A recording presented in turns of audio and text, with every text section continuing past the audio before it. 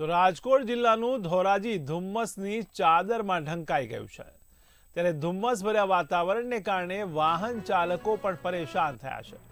ત્યારે ધુમ્મસભર્યા વાતાવરણને કારણે વિઝિબિલિટી પણ ઘટવા પામી છે। ત્યારે વાદળછાયા વાતાવરણથી જગતનો તાત ફરી એકવાર ચિંતામાં મુકાયો છે।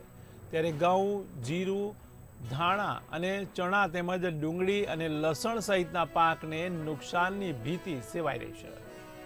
તો મહત્વના સમાચાર રાજકોટથી કહી શકાય। ત્યારે રાજકોટમાં ફરી એકવાર ધોરાજીમાં ધુમ્મસની ચાદર જોવા મળી।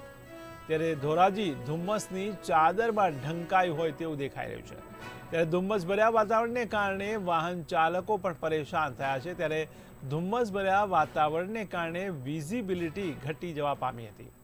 ત્યારે વાદળછાયા વાતાવરણથી જગતનો તાત ફરી એકવાર ચિંતામાં મુકાઈ ગયો છે।